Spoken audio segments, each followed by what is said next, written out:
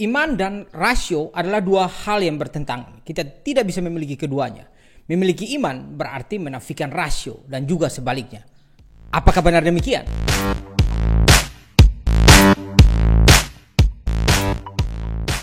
Kita selalu mendengar dua hal ini sering didikotomikan oleh berbagai pihak dengan mengatakan bahwa iman selalu terasosiasi dengan agama dan rasio terasosiasi dengan sains.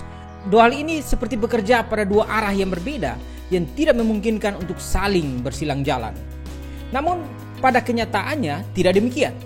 Kedua komponen ini bekerja sama, saling melengkapi dalam berteologia maupun dalam sains. Iman merujuk pada fide dalam bahasa Yunani yang memiliki makna percaya, sedangkan rasio adalah akal sehat atau penilaian sesuatu berdasarkan kerangka logis. Sebuah ilustrasi yang bisa memperjelas poin iman dan rasio bekerja sama adalah semisal kita ingin meminjam sejumlah uang kepada sebuah bank. Hal penting yang dipikirkan bank adalah apakah kita bisa dipercaya.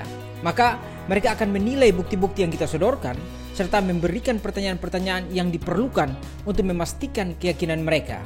Jadi, kesimpulan untuk percaya dan tidak timbul sebagai hasil proses penalaran akan bukti-bukti yang disodorkan. Konsepsi ini disebut dengan kepercayaan berdasarkan bukti-bukti atau evidence-based faith. Konsep iman ini harus dibedakan dengan blind faith atau iman yang buta yang mengabaikan nalar.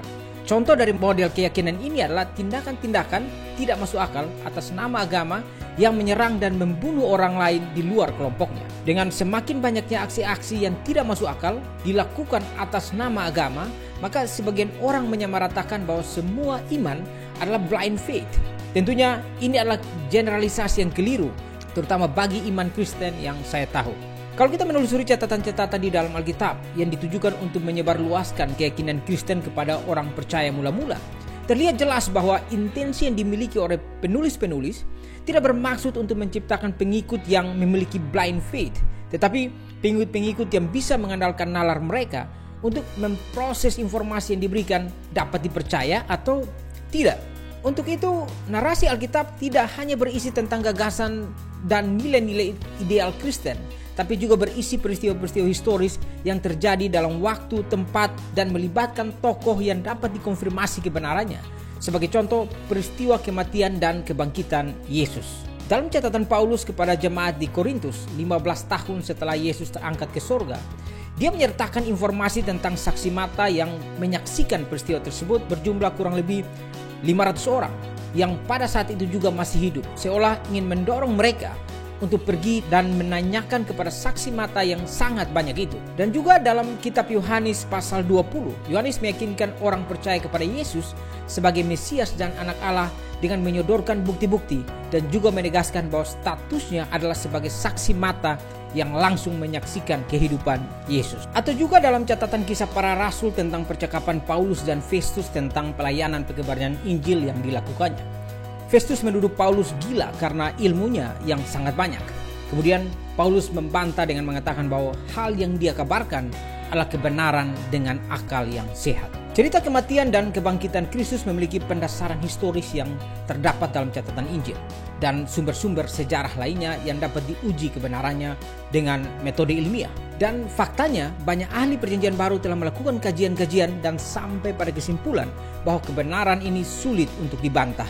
Misalnya pendapat Bar Ehrman, seorang ahli perjanjian baru yang walaupun seorang ateis mengatakan bahwa bukti-bukti yang menopang keberadaan Yesus yang mati di salib begitu kuat sampai sulit untuk disangkal kebenarannya. Bahkan ia belum pernah menemukan ahli perjanjian baru yang kredibel dan memiliki kedudukan di universitas, tidak peduli seberapa liberal dan ateisnya mereka berpikir bahwa Yesus tidak pernah ada dalam sejarah.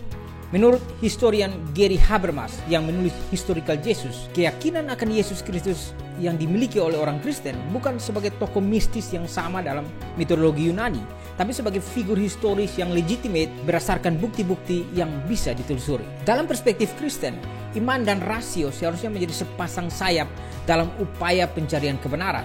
Yesus Kristus mengatakan bahwa mengasihi Allah tidak hanya mempergunakan hati saja, tapi juga melibatkan akal budi. Karena ketulusan hati saja tidak cukup dalam memahami kehendak Allah. Kita tetap membutuhkan rasio Karena dengan rasio kita dapat mendeteksi di mana letak ajaran yang benar dan yang salah, sehingga terhindar dari kekeliruan atau kesesatan. Sampai di sini saya ingin mengklarifikasi satu hal, bahwa saya tidak bermaksud mengatakan bahwa semua konsep teologi Kristen dapat dipahami dengan akal, tapi tetap masih tersisa ruang-ruang misteri yang tidak bisa digenggam dengan nalar manusia, seperti gagasan-gagasan tentang Allah atau pekerjaan-pekerjaan tangan Tuhan yang sulit dipahami oleh pikiran manusia.